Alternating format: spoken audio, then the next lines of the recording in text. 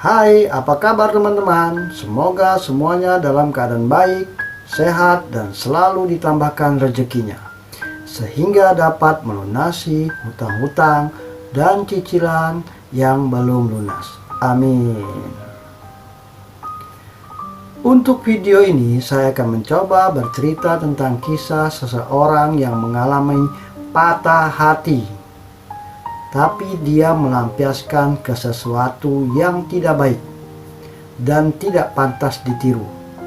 Mari kita bahas peristiwa ini untuk membuat kita semakin waspada. Pada tanggal 7 April 1947, lahir seorang anak laki-laki di daerah Vitebsk Oblast, Belarusia, Uni Soviet. Setelah dewasa, dikenal dengan nama Gennady Mikasevich. Ia dikenal sebagai tentara berperilaku baik. Namun perilaku baik tersebut berubah ketika ia dikecewakan oleh pacarnya sendiri. Ia ditinggal nikah oleh pacarnya, alias pacarnya menikah dengan orang lain. Mungkin ini yang menyebabkan ia patah hati, karena niat di hatinya tidak sesuai dengan kenyataannya. Inilah awal terjadinya peristiwa kriminal ini. Menurut penjelasan Gennady, dia kembali dari tentara hanya untuk mengetahui bahwa kekasihnya telah meninggalkannya dan telah menikah dengan orang lain. Adakah teman-teman yang mengalami nasib seperti ini? Berhubungan jarak jauh demi pendidikan, pekerjaan, atau usaha. Ketika di dalam perjuangan untuk menggapai impian, mendapatkan kabar kekasih yang diharapkan akan hidup bersama, ternyata menikah dengan orang lain. Jika ada, mohon dengan sangat jangan ditiru kelakuan Gennady. Maafkanlah kisah yang menyakitkan di masa lalu. Dengan kita memaafkan, sedikit banyaknya ada niat kita melupakan masa menyakitkan itu. Isi waktu dengan hal yang bermanfaat. Cari wanita atau laki-laki yang lain yang bisa menemani dan mengerti diri kita. Saya percaya dunia ini diciptakan selalu berimbang, sehingga kehidupan berjalan dengan baik. Jika ada salah satu mendominasi, maka kemungkinan akan terjadi kekacauan. Mungkin dia bukan jodoh pasangan hidup kita. Carilah yang lain dengan tidak mencari yang sama dengan mantan. Karena manusia diciptakan selalu berbeda-beda, baik fisik dan perilakunya. Cari yang saling mengerti, semoga langgeng hubungan kita dengan pasangan baru kita. Ups, kebanyakan cerita di luar topik. Baik, sekarang kita kembali ke kasus Gennady. Pada tanggal 14 Mei 1971, di dalam perjalanan dari Vitebsk ke Polotsk, Gennady berniat ke tempat orang tuanya di Polotsk. Dikarenakan hari sudah larut malam, ia tidak bisa naik bus. Di perjalanan, ia bertemu dengan seorang wanita muda. Singkat cerita, Gennady berkenalan dan dapat mencurahkan isi hatinya kepada wanita muda ini tentang masalah kehidupannya. Entah apa sebabnya, tiba-tiba Gennady memutuskan untuk menghilangkan wanita ini dari kehidupan di dunia ini. Dia berniat melampiaskan amarahnya dengan wanita muda ini. Diinformasikan wanita ini dicekik sehingga meninggal dunia di tempat.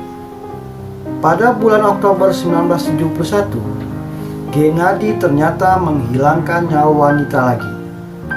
Di tahun 1972, ia melakukan lagi dengan mencekik dua wanita lain di dekat daerah Vitebsk.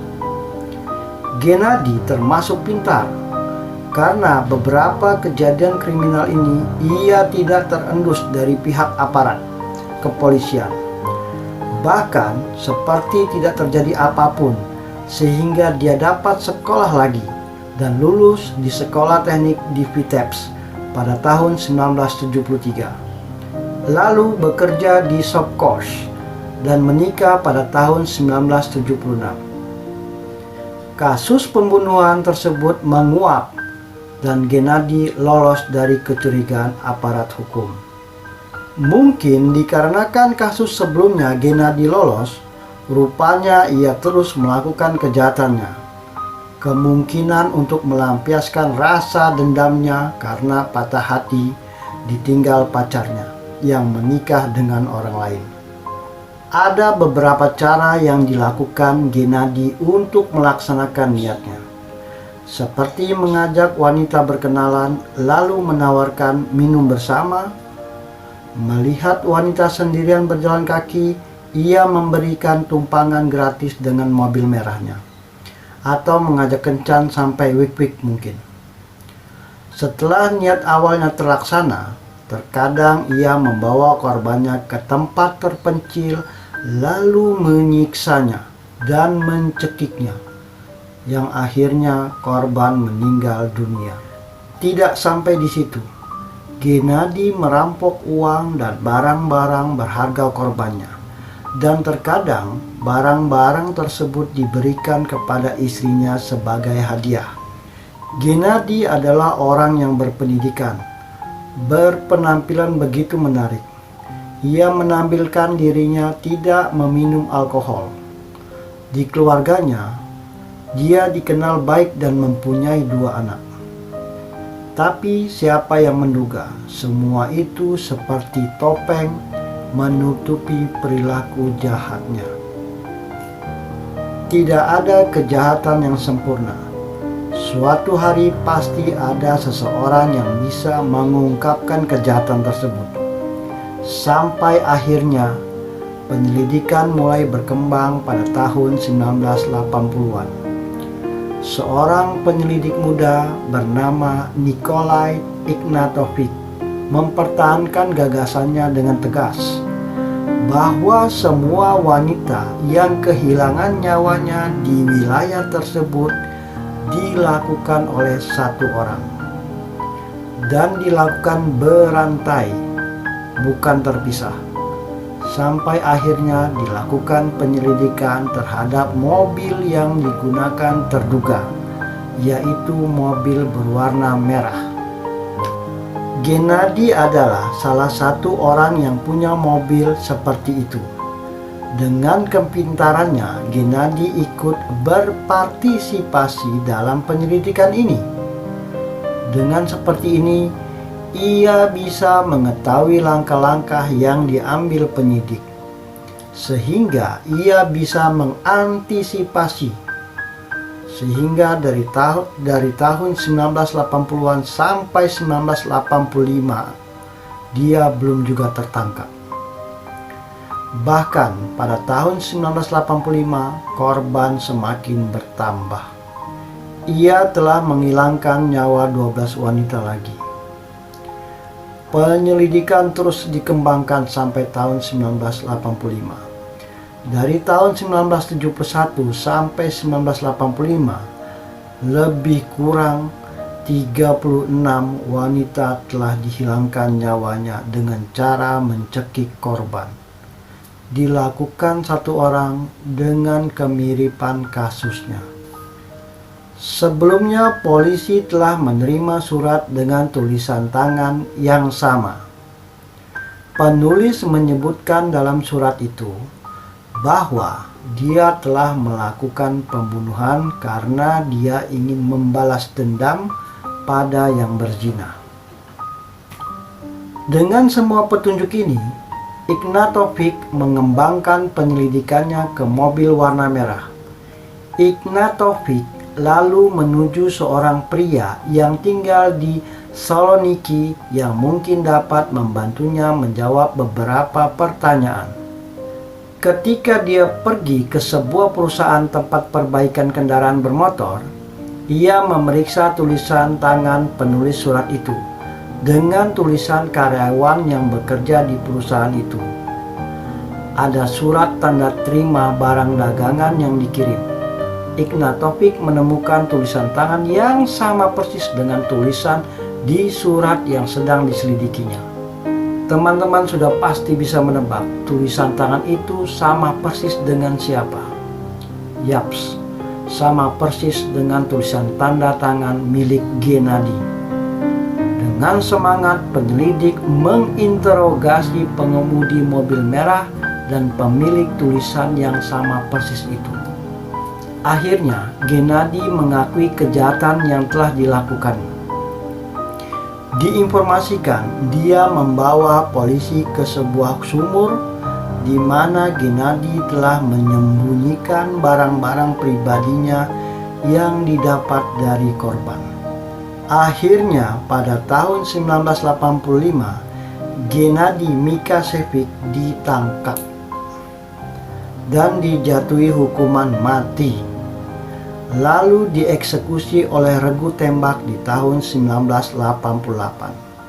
Sebelum Gennady ditangkap, sudah 14 orang telah dihukum atas kejahatan yang dia lakukan.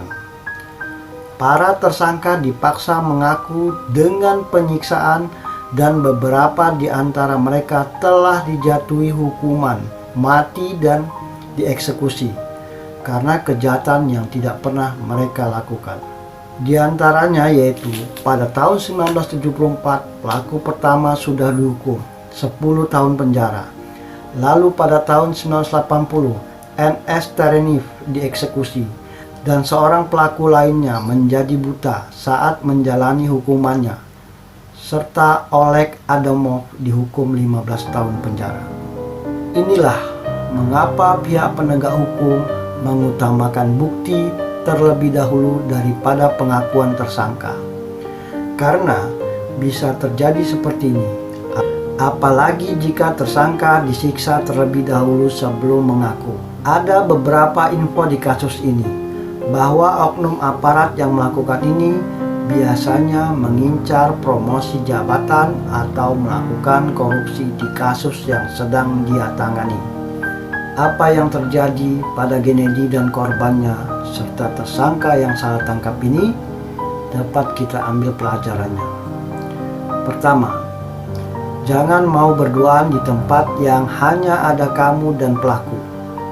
Karena kita berkenalan dengan orang yang belum kita ketahui latar belakang kehidupannya. Usahakan berduaannya di tempat banyak orang, sehingga niat jahat seseorang dapat tertunda karena banyak saksi dan bisa jadi menolong kita. Lihatlah, hanya karena kecewa dengan mantannya, Gennady sanggup melampiaskan amarahnya dengan wanita yang baru dikenalnya. Kedua, untuk tersangka yang salah tangkap, jika dilihat kisah ini, ternyata pembuktian lebih utama daripada pengakuan tersangka. Karena jika pengakuan tersangka didahulukan atau didapati dari penyiksaan akan membuat kejadian seperti cerita ini. Jadi berhati-hati ya, kejahatan tidak terjadi hanya karena ada niat pelaku, tapi karena adanya kesempatan pelaku untuk melakukan niat jahatnya. Terima kasih sudah menonton video ini, nantikan video selanjutnya. Sampai jumpa.